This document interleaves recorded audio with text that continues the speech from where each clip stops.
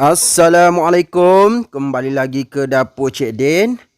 Okey, hari ni Cik Din ada satu menu yang istimewa yang Cik Din nak share. Okey, hari ni kita nak buat nasi dagang Terengganu. Okey, ni antara menu favorite Cik Din lah. Nasi dagang Terengganu ni. Okey, nampak sangat sedap kan? Okey, apa bahan-bahan yang Cik Din guna untuk buat nasi dagang ori Terengganu ni? Jom tonton video ni sampai habis. Dan kepada yang baru singgah ke dapur Cik Din ni, Cik Din harap jangan lupalah subscribe, like, komen dan share video Cik Din ni. Okey, selamat menonton. Okey, mula-mula sekali kita nak sukat dulu beras yang kita nak guna. Cik Din masukkan 3 pot beras biasa dan setengah pot beras pulut ya. Ikut pot yang sama juga. Okey, kita basuh bersih. Okey, lepas tu Cik Din nak rendam dulu. Kita nak rendam dulu lebih kurang dalam 5 hingga 6 jam beras ni. Kita nak bagi lembut dia. Okey, sementara kita rendam beras tu, kita nak buat ikan dulu lah. Okey, kita nak buat gulai dia dulu. Okey, Cik Din ada ikan air, 1 ekor ikan air yang Cik Din dah bersih siap-siap macam ni. Okey, lepas tu kita nak kukus dulu ikan ni. Ikan ni sedap kalau kita kukus ya. Kita kukus bagi dia rasa dulu isi ikan kita tu. Dia ada rasa masin, masam dan juga manis ya. Okey, Cik Din masukkan ikan ke dalam periuk. Cik Din masukkan 2 keping gula melaka, sedikit garam. Ikutlah kesesuaian garam ni. Lepas tu masukkan beberapa keping asam keping ya. Okey, kita masukkan air. Air tu lebihlah sikit untuk kita buat. Nanti kita nak guna air rebusan ikan ni. Okey, lepas tu kita kukus sehingga ikan kita masak. Okey, kita nak buat kuah kari dia pula. Okey, Cik Din ada bawang putih, bawang merah, halia dan juga kunyit serta lengkuas ya. Masukkan 5 biji bawang merah, 5 ke 6 biji bawang merah, 3 ulas bawang putih, setengah inci halia, 1 inci lengkuas dan juga sedikit kunyit ya, dalam setengah inci kunyit hidup. Masukkan air dan Cik Din nak kisar bahan kita ni sehingga halus. Okey, masukkan minyak secukupnya ya. Okey, lebihkan minyak sedikit ya. Lepas tu Cik Din nak tumis dulu satu sedikit belacan ya, sebesar ibu jari. Okey, kita tumis sehingga naik bau. Lepas tu masukkan lebih kurang dalam 5 sudu cili kisar ya. 5 sudu besar cili kisar. Okey, kita tumis kejap cili kisar kita ni. Orang kata sehingga dia garing sikit. Tengok. Lepas tu Cik Din masukkan bahan yang kita kisar tadi tu. Lepas tu kita tumislah sehingga dia betul-betul pecah minyak. Okey, kita tumis dengan api sederhana lah. Agak lama jugalah kita tumis sehingga dia betul-betul pecah minyak macam ni. Tengok ya. Tengok ni dah pecah minyak ya. Okey, kita tumis sehingga pecah minyak lah. Jangan tak pecah minyak pula, nanti tak sedap kita punya gulai. Lepas tu Cik Din masukkan 1 paket rempah kari ayam dan daging adabi. Okey, yang Cik Din dah bancuh siap-siap dengan air. Okey, kita masukkan. Lepas tu kita tumis rempah kari kita ni sehingga pecah minyak. Sekali lagi kena pecah minyak ya. Sebabnya kalau kita tak tumis betul-betul, nanti sakit perut kita makan nanti. Kebanyakan kalau buat kari memang kalau sakit perut bila kita makan kari tu tandanya bahan-bahan yang kita tumis tadi tu belum masak ya. Tu petua untuk kita elakkan kita sakit perut makan kari ya. Okey, lepas tu masukkan air rebusan ikan tadi. Cik Din masukkan air rebusan ikan tadi tu untuk menambahkan lagi sedap kita punya kuah kari nanti. Okey, lepas tu kita gaul lah. Kita gaul sebati dengan rempah yang kita tumis tadi tu. Lepas tu Cik Din masukkan santan segar ya. Santan segar, santan cair Cik Din guna kali ni. Okey, kita gaul-gaul sebati bagi dia mesra dengan bahan-bahan tumis tadi tu. Okey, nampak tak? Ni time ni kena beringat sikit lah. Kena selalu juga kacau sehingga dia mendidih ya. Okey, kalau tak nanti berketul-ketul kita punya kuah nanti. Tengok. Bila Cik Din selalu kacau jadi macam ni lah. Kuah kita cantik je. Tengok kan? Tapi kena selalu kacau sampai dia betul-betul mendidih ya. Okey, bila dah mendidih, Cik Din masukkan ikan yang kita rebus tadi tu. Yang kita kukus tadi tu. Okey, kita masukkan ke semua isi ikan. Seekor ikan Cik Din guna ya, ikan air. Okey, lepas tu masukkan 2 keping asam keping yang kita buat kukus tadi tu. Lebihan. Okey, lepas tu kita gaul lah. Kita masak sekejap. Orang kata kari kita ni. Sehingga dia pecah minyak ya nanti. Lepas tu cik dia masukkan cili padi Thai. Lepas tu masukkan sedikit biji halba ya. Tambahkan sedikit garam sebab cik Din dah rasa dia punya kuah ni belum masin, belum cukup orang kata rasa seperti yang cik Din nak. Okey, lepas tu kita masak kuah kari kita ni sehingga pecah minyak ya. Nanti cik Din kalau nak tunjuk semuanya panjang pula video ni. Okey, kita masak sehingga dia pecah minyak. Okey. Okey, untuk kita buat nasi pula, kita masukkan air ke dalam periuk kukusan. Okey, lepas tu kita panaskan air sehingga mendidih ya.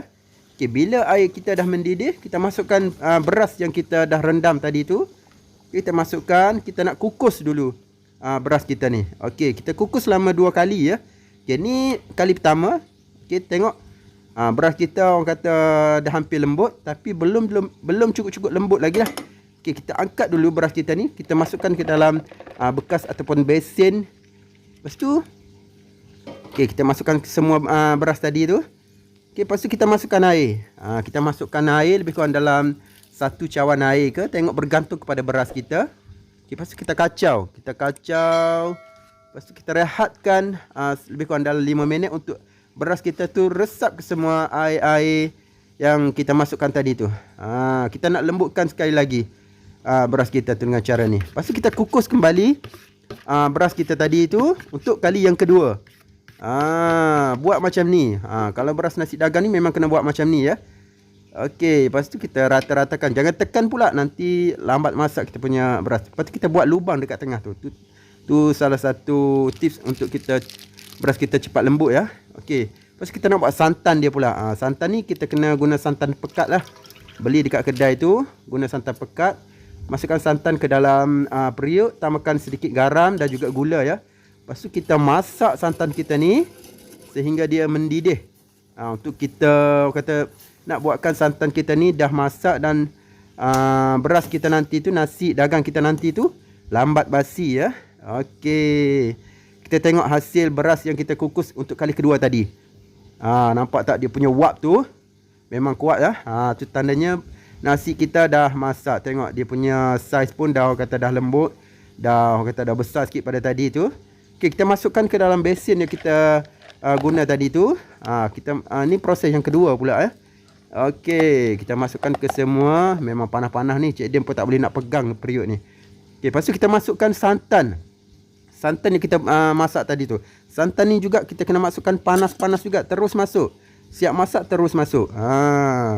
Lepas tu masukkan bawang merah yang Cik Din hiris lebih kurang dalam 4 biji bawang merah dan 2 inci halia yang Cik Din hiris halus ya. Lepas tu 1 sudu kecil ketumbar ya. Lepas tu kita gaul. Kita gaul. Yang ni kena gaul perlahan-lahan. Orang kata gaul biar dia sebati ke semuanya. Dengan santan kita masukkan tadi tu. Bahan-bahan ni tergaul dengan kesemuanya. Dengan nasi dagang yang kita buat tadi tu. Ni tengah panas-panas ya. Jangan bagi sejuk. Nanti tak jadi pula.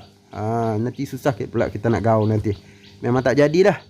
Okey, kita gaul-gaul bagi sebati. Okey. Senang je kan? Ikut step by step yang Cik Din ajar ni memang menjadilah. Okey, kita gaul-gaul bagi sebati macam ni. Okey, lepas tu kita rata-ratakan, kita padat-padatkan dia dalam bekas yang kita buat ni, yang kita letak dia ni. Okey, kita padatkan dia. Orang kata nak bagi wap-wap yang terperangkap dalam tu tak terkeluar. Nanti cepat sejuk pula nasi kita nanti. Okey, kita buat macam ni lah. Buat macam Cik dia buat ni. Okey, tekan-tekan dia, bagi dia padat sikit. Lepas tu ambil daun pisang, tudung. Okey, ada sesetengah orang dia kukus pula lepas tu. Okey, Cik Din buat cara ni. Okey, kita tak kukus lagi.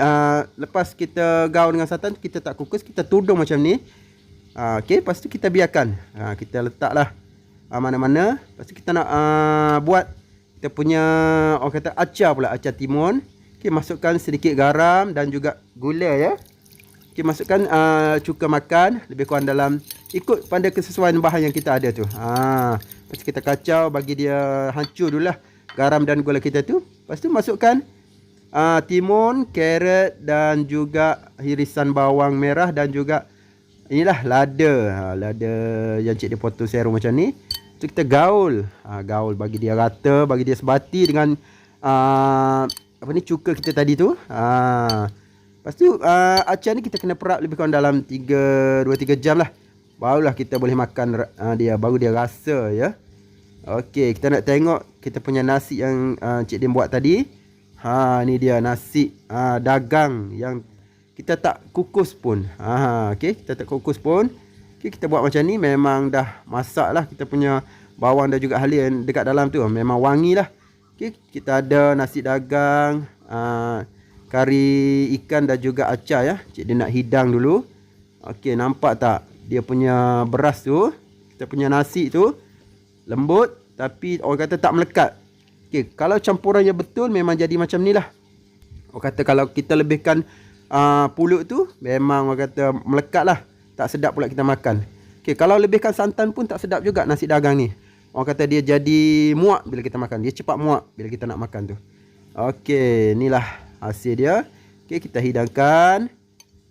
Masukkan ke semua bahan tu. Cik dia ada telur. Kalau nasi dagang ni dia memang ada telur ya. Telur ayam tu. Okey, kita masukkan sekali. Okey, inilah hasil nasi dagang Terengganu yang Cik dia dah siap hidang-hidang. Okey, kepada yang dah menonton video Cik dia ni, selamat mencubalah buat resepi nasi dagang ori Terengganu ni. Memang orang kata sedap sangat-sangat. Rugi tak cuba buat resepi ni.